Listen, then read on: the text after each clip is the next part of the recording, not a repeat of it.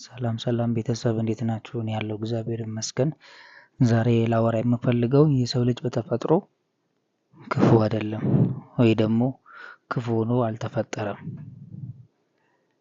ብዬ ነው የማስበው። የሰው ልጅ ሲፈጠር ጀምሮ በተፈጥሮ ከእናቱ ማህፀን ሲወጣ ክፉ ሆኖ አልተፈጠረም።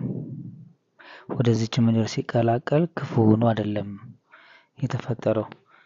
ክፉ አድርጎ ፈጣሪ አልፈጠረውም። ነገር ግን በዙሪያ ባሉ ሰዎች ናቸው ወይ ደግሞ ክፉም ደግም እንዲሆን የሚያደርጉት በዙሪያው ባሉ ሰዎች አማካኝነት ነው።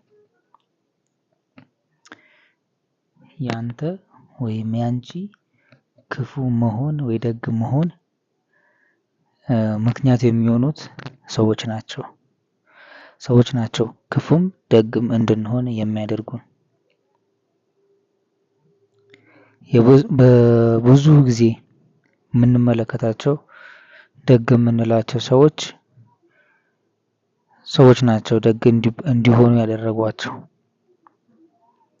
ክፉም እንዲሆኑ ያደረጓቸው ሰዎች ናቸው። ስለዚህ ክፉም ብለን የምንጠራው ሰው ደግም የሆነ ሰው ደግ ብለን የምንጠራው የሰዎች ውጤት ነው። ክፉም እንዲሆን ያደረግነው እኛ ነን። ደግም እንዲሆን የምናደርገውም እኛ ነን። ስለኛ መልካም ነገር እንዲያስብ ወይ ደግሞ እንዲያደርግ የምናደርገው እኛ በምንሰጠው ምላሽ ነው። የኛ ምላሽ የትኛው እንደሆነ አናውቀውም፣ ክፉ ይሁን መልካም። ያ ሰውዬ ምክንያቱም አንድ ልጅ ከቤተሰቡ ሲወጣ ቤተሰቡ መልካም ያልሆኑ ነገሮችን እያሳየው የሚያድግ ከሆነ ለሰው ልጅ ክብር ምን ማለት እንደሆነ፣ አክብሮት ምን ማለት እንደሆነ፣ ለታናሽ ለታላቁ የሚሰጠውን ክብር ምን አይነት እንደሆነ የማያውቅ ወላጅ ካላሳደገው ያ ልጅ ይዞ የመጣውን ያደገበትን መንገድ ነው ህዝቡ ላይ የሚያንጸባርቀው። በቤተሰቡ ተኮትኩቶ በመልካም ባህሪ በመልካም ሁኔታ ካደገ ያ መልካም ነገር ይዞ ነው